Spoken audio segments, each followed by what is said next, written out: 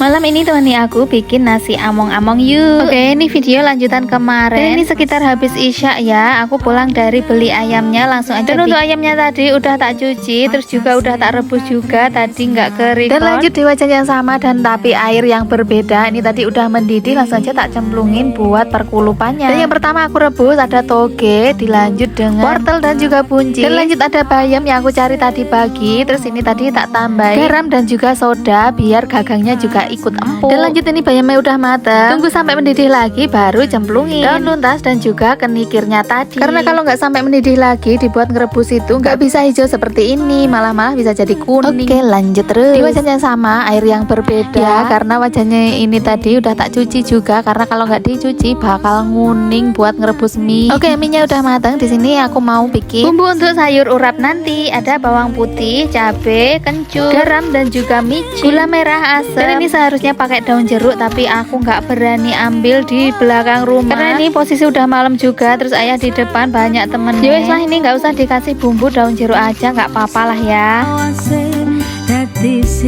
Bumbunya udah halus, langsung saja tak campurin ke kelapa parutnya tadi. Dan langsung saja ini mau tak sangrai. Dan biasanya sih aku bumbu urap seperti ini tak kukus di atasnya nasi, berhubung nasinya ini tadi ngecop alias di magicom, jadi ya wes lah disangrai aja. Dan untuk sangrainya dibantuin kakak. Lanjut di sini aku mau bikin bumbu mie goreng Jawa dan juga bumbu ayam ungkep. Dan ini bumbunya aku nguleknya jadi satu aja untuk berambang, bawang dan juga lomboknya, karena aku masih punya sisa bumbu empon-empon yang sudah halus. Dan ini bumbu cabenya udah halus, langsung saja tak bagi menjadi dua dan separuhnya tak campurin sama bumbu empon-emponnya. Dan by the way, aku tadi juga udah rebus telur. Nah, lanjut sisa bumbu yang dicoba ini mau tak tambahin grago, gula merah dan juga batang daun bawang. Ini nanti untuk bumbu mie goreng Jawa. Dan sementara itu bumbu urapku juga udah mateng, langsung aja ini ditaruh di dalam mangkok.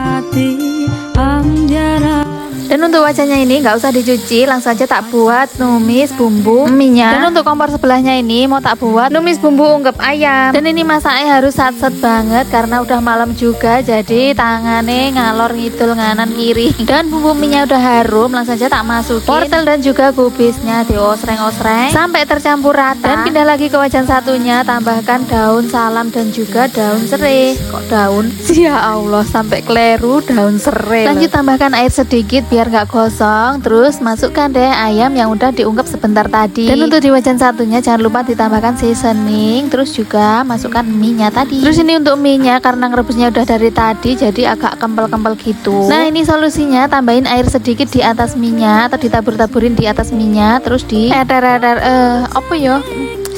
Bahasane opo ngene iki? Wis ngono kuwi lah, pokoke diwir-wir ngono kuwi, ada wir-wir mbok. Wis sak penakmu lah guys, bahasane opo. Lanjut diosreng-osreng lagi ben roto bumbune, terus tambahkan kecap kalau suka, jangan lupa dikoreksi rasa juga. Dan Masya Allah, ini sudah matang semua. Bumbu urape wangi sedap. Terus untuk perkulupannya juga udah dingin, mie-nya juga udah matang. Dan ini ada yang kurang, tahu nggak sih? Tempenya tadi nggak bisa kegoreng karena nggak ada waktunya. Dan by the way, cuma ini yang ke video, untuk lainnya udah diambilin sama ayah. Dan aku tadi nasinya sampai masak 2 kali, dan apalagi mie-nya, ini mie-nya juga baru masak, baru mateng. Masya Allah, berkah barokah, amin. Lah iki mau nek sing kerin neh timune, sesuk kena lutisan.